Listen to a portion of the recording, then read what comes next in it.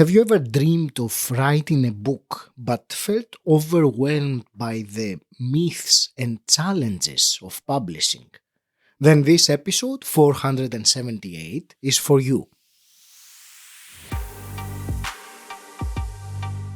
Welcome to Personal Development Mastery, the podcast that helps intelligent, busy men and women develop self-mastery and discover their calling so you can thrive in a fulfilling, purposeful life.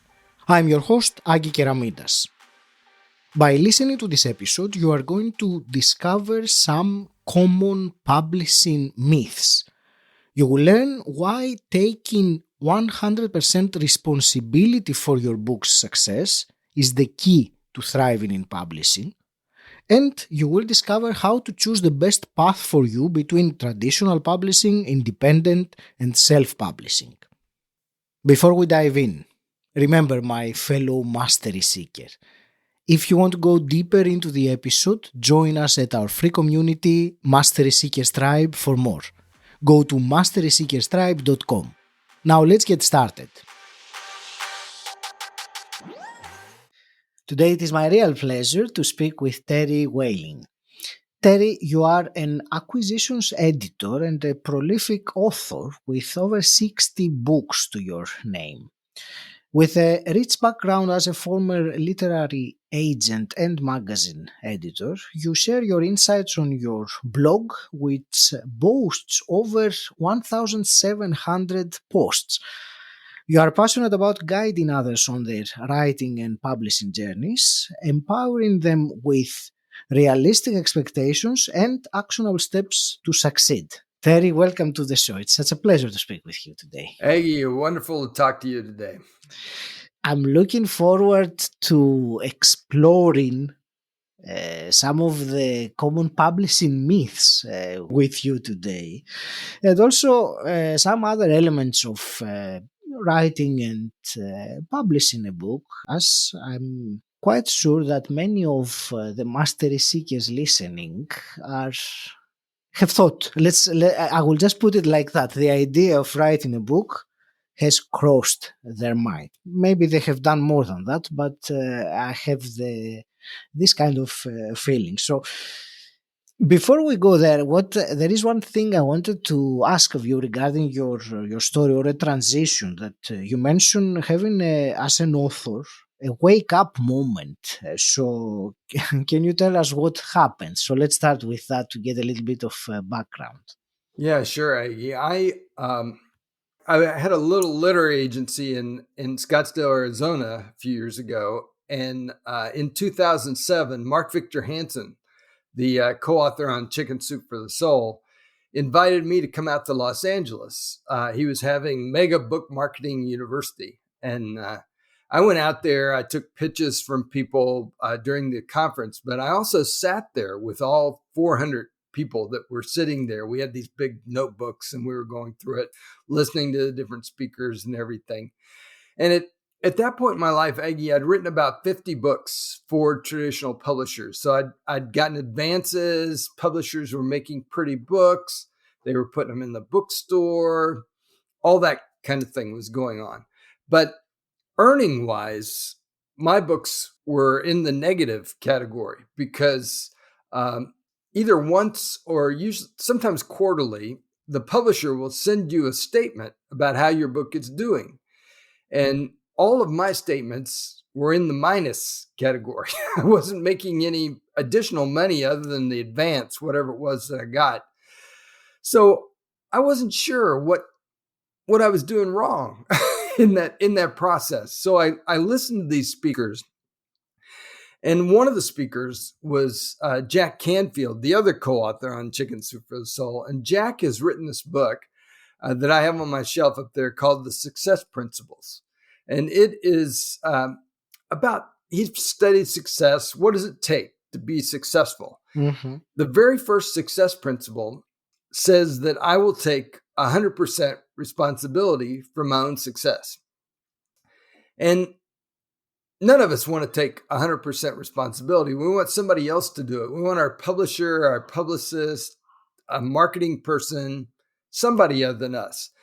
But during that event, I realized how little I was doing myself in order to promote my own books. Sure, I had a terrywhalin.com website, but I wasn't doing anything else. I wasn't, I wasn't writing magazine articles or newspaper articles or blogs or really anything in order to be able to tell people about my book.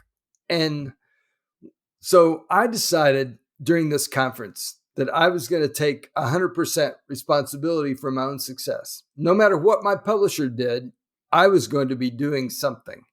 And so back then I started blogging on a regular basis. That's why my blog has over 1,700 entries. And about a year ago, I found an article that said that I was one of the top 27 content producers in the blog sphere. I mean, they say there's over 600 million blogs, so there's a lot of blogs out there. But they chose me in that article, along with Seth Godin and Ryan Holiday and well-known people like that, because of all the volume of material that I have out there. And so I really started to take action to tell people about my book. And really what we've learned over the years is that somebody has to hear about your book 7, 8, maybe even a dozen times before they actually decide to buy that book.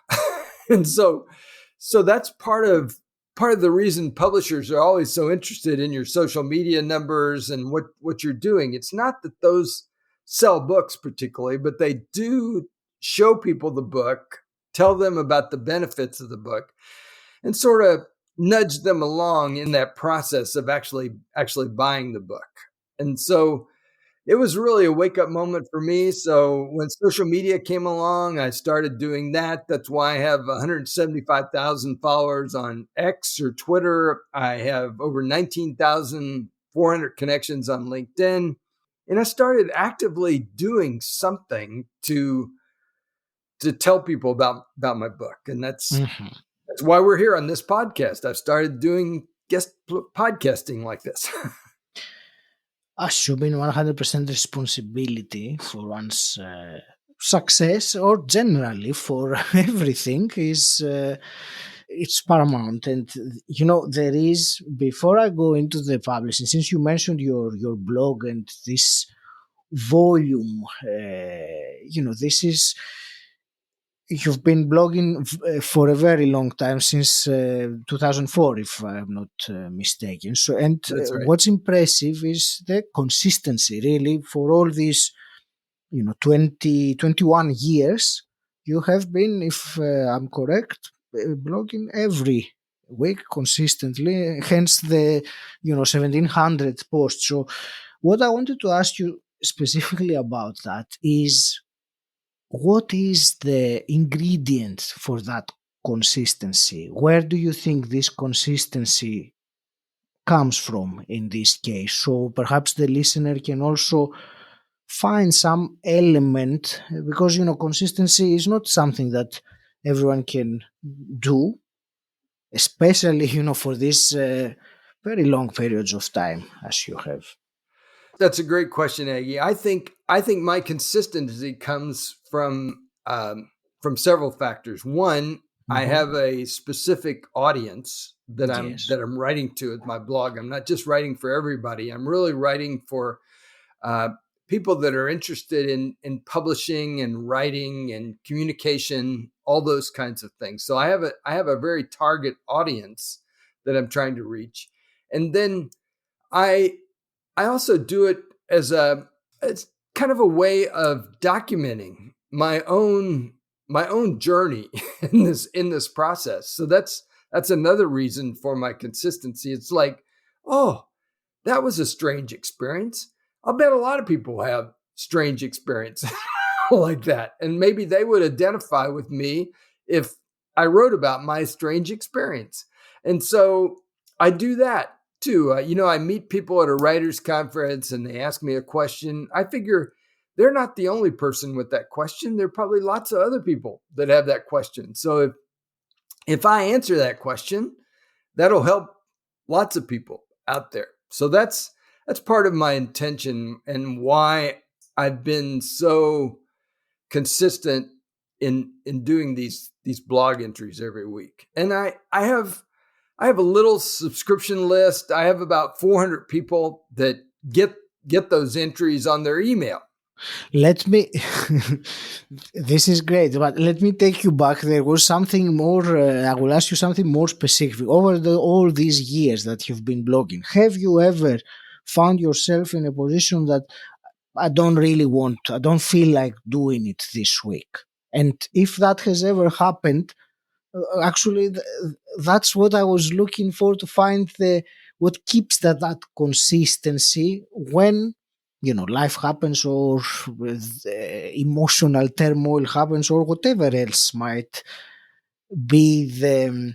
You're absolutely right. There are times that I do not want to do it, but I do it anyway. And so that's that. I think that's the key. Is there's a lot of stuff in the writing world that I don't really want to do, but I know that it's necessary to do it, and so I do it anyway. And I think that's one of the keys, is whether you feel like doing it or not, you still made a decision to do this. So I think you should figure out how to do it and get it done. And I've written these blog posts all kinds of places. I mean, I travel. I've written them on my little Alpha Smart that I have. It's old technology. It's a full-size keyboard that holds like over 100 pages of text. And I bought it on eBay for like $30. So there's a lot of these tools. Figure out how to get the right tool for you. But I've written stuff on an airplane, all kinds of places through the years. And it's just because I know I need to get it done, so I just pull it out and get it done. That's great. Absolutely. Thank you for this. It reminded me, this, I mentioned that in specific, what I said. It's what Stephen Pressfield calls the resistance. It's that,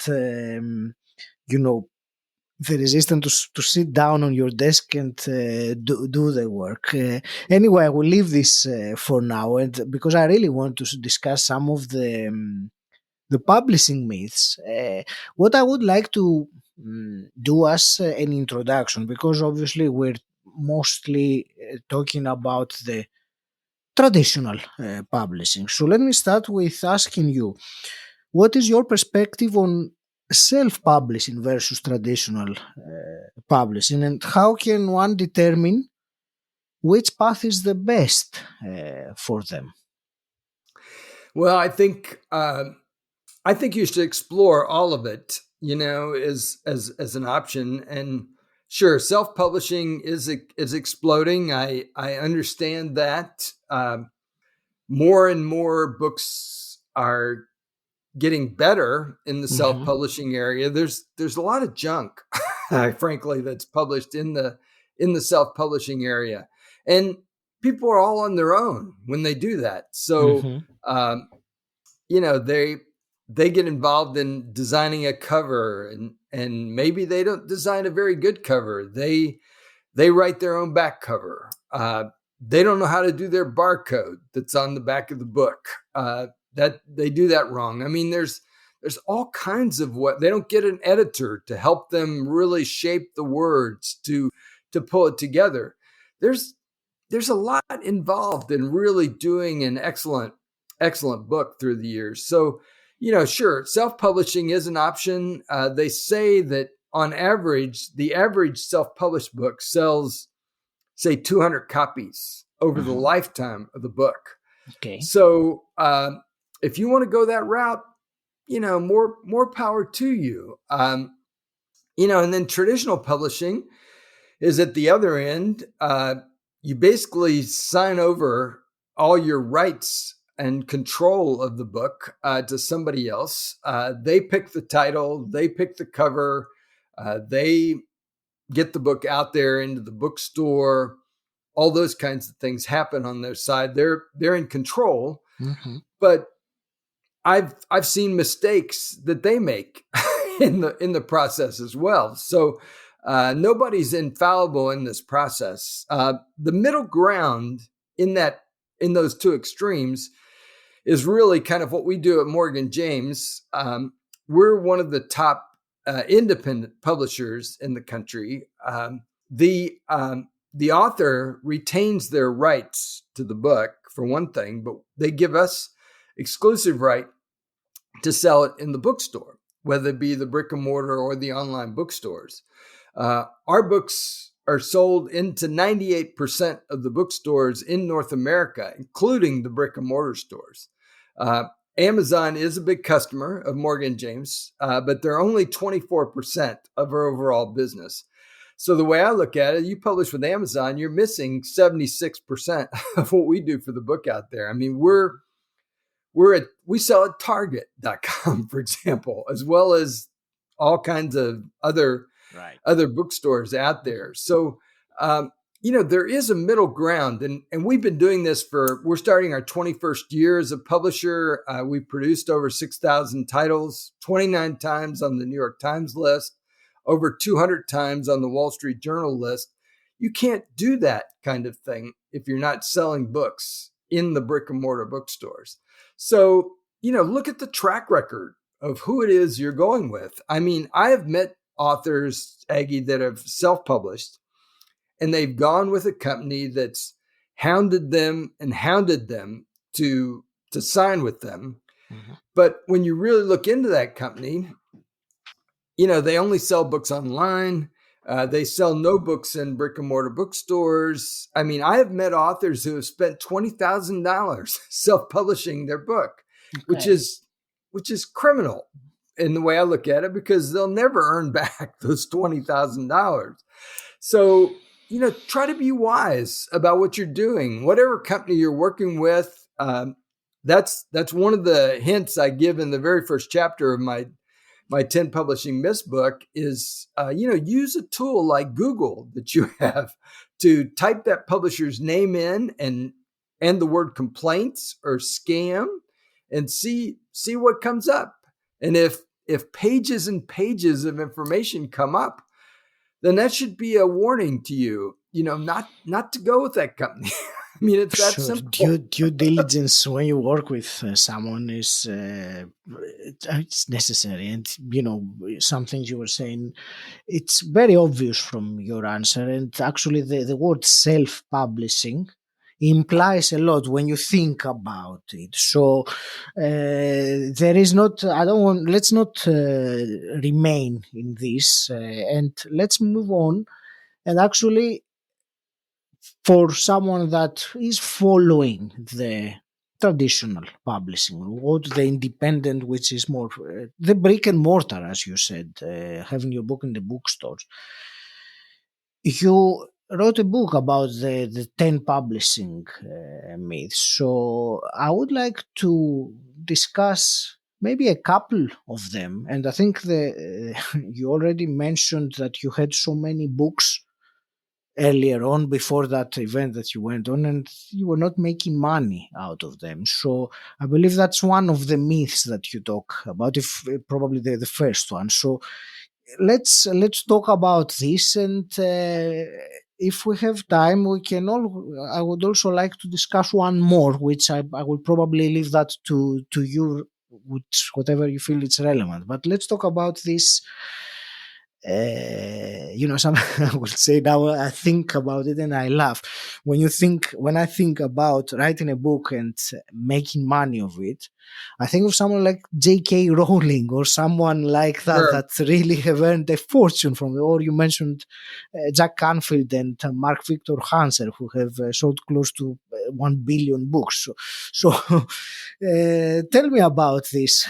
Making money from the book, how realistic is that? Well, it's very common that authors believe that they will make a lot of money from their book, but the reality is that you may make money from your book, but part of the reason you do a book is for the authority and the expertise that it gives you. So that's one of the reasons you want to do the book. And you mentioned Mark Victor Hansen and Jack Canfield, Aggie. People forget that those books that they published were rejected, like 160 times. It took them a long time to find anybody to publish their book. And once they found a publisher that was a little publisher in Florida, they told their publisher that they were going to sell 1 million books in the first year. And their publisher laughed at them. They thought, how ridiculous is that? They'd never sold 1 million copies of anything at that point in their existence. But, Jack Canfield and Mark Victor Hansen followed what they called the rule of 5. So they got up every day and they said, okay, we're going to do 5 things to tell people about our book. We're going to do a newspaper article, a magazine article, a blog post, a book signing, a radio interview, something to be telling people. And they did that day after day, back to that consistency that we were talking about earlier. And it took them 1.5 years to sell their first 1 million copies of Chicken Soup for the Soul. I mean, you mentioned J.K. Rowling. People forget J.K. Rowling had no idea about how publishing works or how this business works. I mean, she was a single mom, that had no idea how publishing works. So she went to a library and looked up literary agents, and she found this literary agent called Christopher Little. She said, "Oh, that sounds like a children's agent. I'll send him my book." Well, Christopher Little didn't do children's books. He was actually somebody that sold thrillers, novels is what he did for a living. He told his assistant, just reject all these children's books because there's no money in children's books. Well, then this big black binder came into his office and the assistant was intrigued with it. So she took that home and read that. And she said, "Chris, I think you should do something with this book. See if you can sell this. This is really a good book." So on the encouragement of his assistant, he sold the book for I think a minimal kind of advance, like $1,000 to a publisher over there in the UK. They in turn sold it for a lot of money advance from Scholastic. And the rest is history. What's happened with those Harry Potter books? I mean, J.K. Rowling didn't start out knowing what the scoop was about publishing either. Let's go back to the someone writing a book. How realistic is it to expect to make money of it? Or is it a matter of, as you said, keeping promoting it 5 times a day, every day until that happens? Well, that's part of the process, is to be consistent in telling people about your book. And so what I did in my 10 Publishing Myths book, there's so much of the process that's outside of the author's control.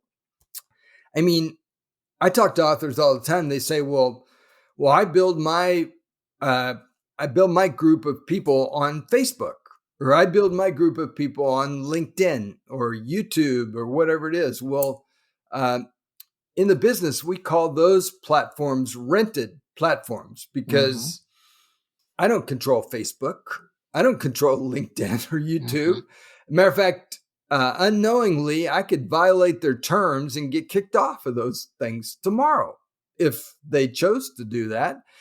So that's really not a good place for authors to build their presence out there. I always encourage people to have their own website, their own blog, their own newsletter list, because those are all things that they can control and they can take into their own hands no matter what happens out there. So people just have to be thinking and really smart and wise about what they're doing. So in each chapter of my 10 Publishing Myths book, I have what I call a Myth Buster Action, an MBA, which is a practical step that every author can take to do something with the content of that particular chapter, something practical. As you know, I'm very big on actionable thing on the podcast. So, what would be the that particular one for this myth? I guess the myth would be to actively work at marketing your book, whatever Okay. action that is. Whether you're encouraging people to write reviews of your book or to any of those kinds of things. I mean, everybody that reads can go over to Amazon, whether they bought the book there or not, and write a review for you. So Robert Cialdini, the best-selling author, wrote the book Influence, has said out there that 80 or 90% of the people that purchase a product online have read a review before they buy the book, before they buy that product. So it's a tragedy, I think. I go by authors' websites all the time. They have 2 reviews or no reviews on Amazon. Well, they're not encouraging people to purchase their book by getting those reviews. So, get your friends or your family or somebody out there to help you in that area. That's very useful and practical, and thank you. And that can be applied also, I think, to other endeavors as well. Do you want to briefly discuss one other common myth that you feel it's relevant to this conversation? Yeah, a relevant myth I think is that some people don't think that they're really a writer unless they write a book, which really isn't true. Because if you've written for magazines or online or something, I think you should call yourself a writer. Really, in the book business, if you sell 5,000 copies of your book in the lifetime of the book, that's a good number for you to do that. In the magazine world, one of the reasons I've written for magazines consistently over the years is you can reach thousands of people with your magazine article that can learn about your book at the bottom, because it says Terry Whalin, author of 10 Publishing Myths. It's very easy in the magazine world to reach 100,000, 200,000, 300,000 people. And you work with a shorter piece of writing. A magazine article may be 1,000 words or 1,200 words. You learn the writing process by doing that. You learn how to write for a particular target. You learn how to write a headline, how to have a beginning, a middle, and an end, how to have a takeaway, what we call a single point to your article. Those are all valuable skills that you can learn practicing with a magazine article, as opposed to a 50 to 100,000 word book that you're doing. I suppose writing a blog is also very similar, and you can use that as well. You are a writer. It is. It's the same kind of thing. And actually, in the business, there's a term called blook, where you take your blog entries and then make those into a book. I've done that once. I did this book that I actually self-published. It's the only book I've ever self-published, called Jumpstart Your Publishing Dreams, Inside Secrets to Skyrocket Your Success. I self-published that book. It was really from my blog entries. And it's a lot of work to take all those random entries and then organize those into to chapters of a book, to write the transitions, all those kinds of things. But I did that. I actually got Mark Victor Hansen to write the foreword for that book, and I got endorsements. The book sold pretty well, but now the updated edition is with Morgan James, so it's out there in bookstores everywhere. But there are ways to take blog entries and turn those into a book. I've had the pleasure to speak with Mark Victor Hansen on my podcast a few years ago, so I do remember the conversation. Terry, I want to thank you very much. This has been a really useful conversation and interesting. Before I wrap up with my usual quick questions I have at the end, where will you direct a listener that wants to find out more about you? Yeah, thanks, Aggie. I really encourage people to get the book directly from me. They can get this print book if they go to publishingoffer.com.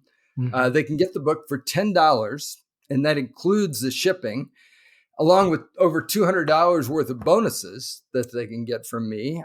I also have another way that they can get a free 11th myth from me. One of my friends, Alice Kreider, who was an acquisitions editor at David C. Cook, when she wrote back her endorsement, she said, "Terry, you're missing the 11th myth." I'm like, "Okay, Alice, what's the 11th myth?" She said, "Well, the 11th myth should be, if I send my book to Oprah, she'll book me on her show." And I'm like, "Well, yeah, that's a pretty good myth." And so what I decided to do is I decided to write that chapter. And when we designed the book, we designed that chapter to look exactly like the rest of the chapter. And somebody can get that from me for free by going to terrylinks.com. It's plural, terrylinks.com/11th myth. And that'll take you to my website, and you can get that 11th myth for free from me. That's great. And Terry, my two final quick questions. The first one is, what does personal development mean to you?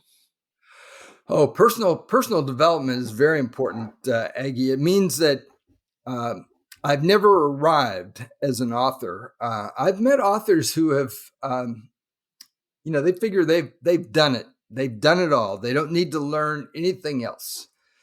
But personal development to me means that I'm going to continue growing, learning. There's a whole world out there of all kinds of things that I explore. So personal development means having a level of curiosity and continuing to look for ways that you can improve and learn about new things. And a hypothetical question, if you could go back in time and meet your 18-year-old self, what's one piece of advice you would give him? I would